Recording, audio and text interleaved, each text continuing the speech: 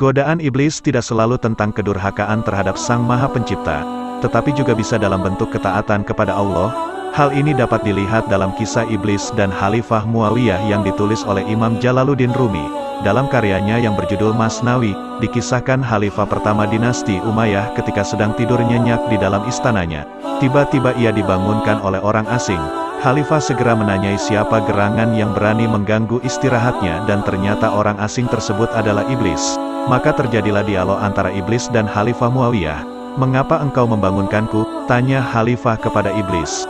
Iblis menjawab, "Wahai Khalifah, waktu sholat akan segera tiba, dan aku khawatir engkau terlambat karena tertidur." Khalifah berkata lagi, "Tidak mungkin kau mengarahkanku pada jalan yang benar. Tugasmu adalah menyesatkan umat manusia dari jalan yang benar." Iblis berkata lagi, "Ketahuilah wahai Khalifah, ribuan tahun aku mengabdi kepada Allah, meskipun akhirnya aku membangkangnya. Aku membangkangnya bukan karena mengufurinya, tetapi karena rasa cemburuku terhadap Adam. Aku masih mencintai Allah wahai Khalifah." Khalifah tetap tidak percaya kepada iblis dan berkata, "Aku tetap tidak akan mempercayai perkataanmu. Perkataanmu seperti ucapan pemburu yang berlagak halus kepada buruannya untuk membunuhnya. Kau yang menyebabkan kehancuran umat Nuh, kaum Ad, kaum Lut, Fir'aun, dan kaum yang lain." Iblis tetap berusaha meyakinkan sang Khalifah dan berkata, "Engkau sungguh salah besar wahai Khalifah, jika engkau menganggapku sebagai penyebab kehancuran umat manusia terdahulu.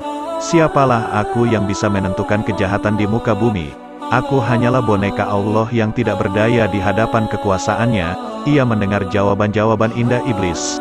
Khalifah segera berdoa kepada Allah untuk meminta perlindungan dari godaan-godaan yang dapat menyesatkannya, terlebih dari kefasihan dan kelicikan iblis dalam menjerumuskan umat manusia. Selesai berdoa, Khalifah terus mendesak iblis untuk mengungkapkan kebenaran, dan iblis tetap saja terus berkelit di hadapan sang Khalifah.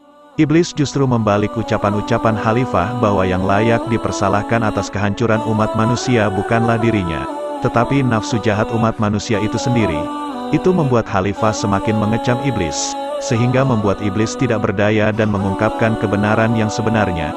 Karena takut kepada Khalifah, akhirnya iblis berkata, "Baiklah Khalifah, aku akan mengungkapkan alasanku membangunkanmu untuk melaksanakan sholat tepat waktu. Khalifah, jika engkau tertidur dan kehilangan waktu sholat, maka engkau akan sangat menyesal. Penyesalan dalam dirimu akan membawamu kepada zikir kepada Allah dengan penuh penyesalan.